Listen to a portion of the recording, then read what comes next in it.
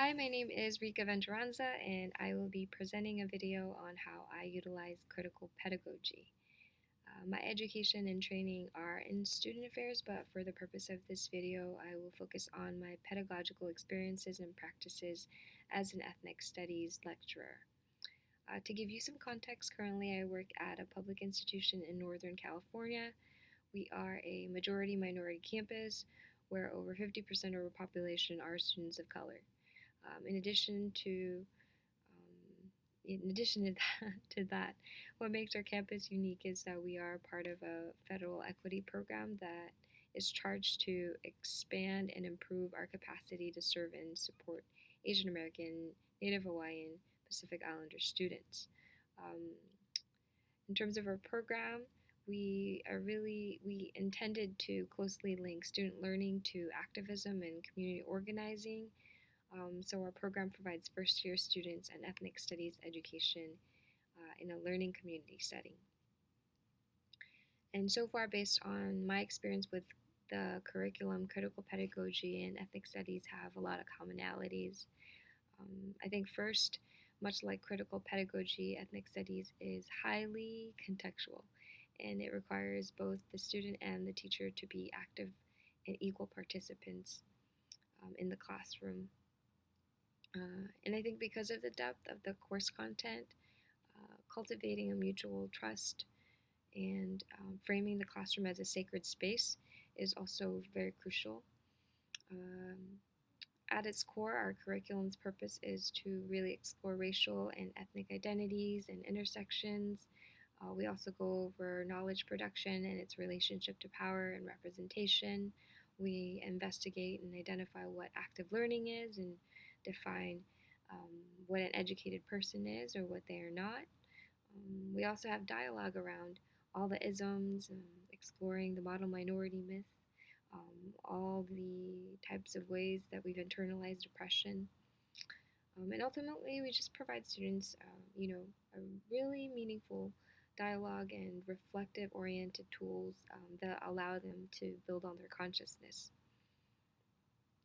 We also have them read tons of articles, and we give them access to their reflective journals so that they can sift through multiple perspectives. And this is really attempting to move them away from dualistic ways of thinking and knowing to the multiplistic ways of knowing and thinking. So that's what that's what we try to do. But really, how do you do that exactly? And I think everybody has a different style. Particularly for educators to practice critical pedagogy, I think we always have to start with questions, and that really involves questions of the self, what we know, what we need to relearn, what we need to unlearn. Um, and despite the fact that I look like I identify with a racial group, I can't assume that I know, right? And critical pedagogy has taught me that I have to deeply understand myself, re-explore, revisit my identities in the context of the present in order for me to understand my students and their intersections. And I think at this point of my career, I feel like I do have the knowledge and experience, but certainly to attempt to understand a racial group made up of 48 ethnic groups, I think it would be foolish of me to be certain that I have a solid understanding. And, I think what really has helped me is this whole idea of co-creating, of coexisting in the classroom, and really utilizing everyone who's participating, their assets and lived experiences in order for us to learn and teach each other simultaneously. I think what I do uniquely and specifically is provoke a sense of purpose. I really try to cultivate the why. My mentor has taught me that this is really important, so I'm just trying to pay it forward and teach my students in the same way that I've been taught. Is purpose. Purpose gives us the impetus, gives us the motivation and the ambition, and it really allows us to be accountable. It really allows us to have a sense of urgency, and I think what I try to emphasize too is an understanding that we can do something right now, that we don't have to wait for leaders to do it, that we are the leaders that we've been waiting for. Um, and I think this is absolutely really important, just to allow students to believe in themselves, to instill confidence in them, that they as first years are lacking. Um, and it's absolutely one of the most amazing things that I've witnessed. And not all of our students, of course, achieve this, but I would say anecdotally, a good 25% of them often do. At least my students have. But beyond approaches and methods, I think what I really want to talk about is how my students have taught me, um, how they have emphasized the relational aspects of the classroom, how that it is a human experience where fear is often felt, in addition to uncertainty and levels of shyness and embarrassment and shame and frequent thoughts of family obligations and the lack of self identity, um, the practice of valuing the self.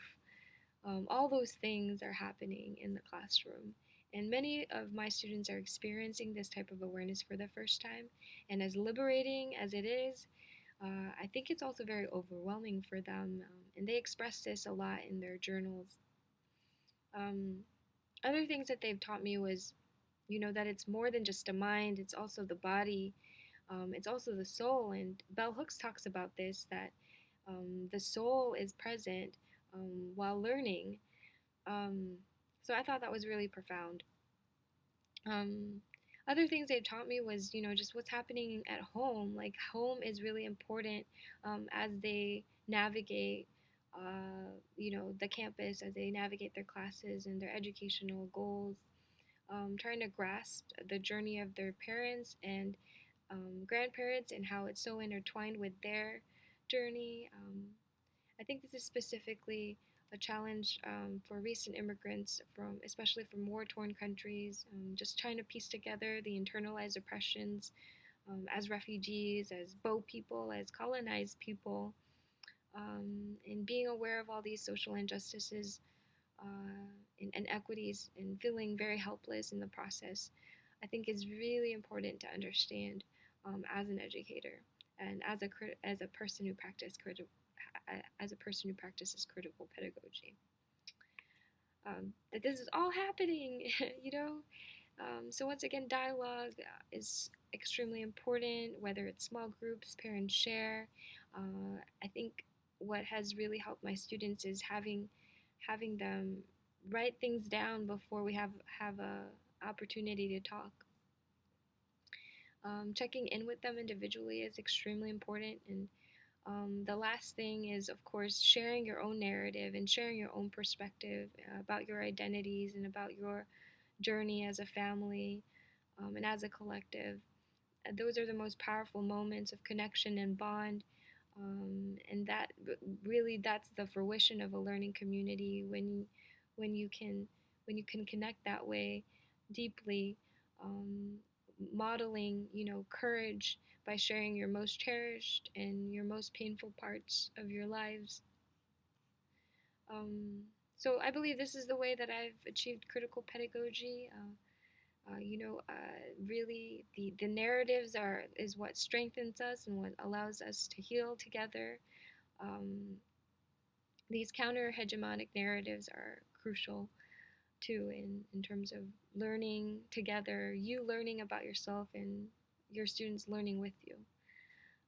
So I think that wraps it up for me. Hopefully you've got some insights, if at the very least some ideas. But thank you for watching my video.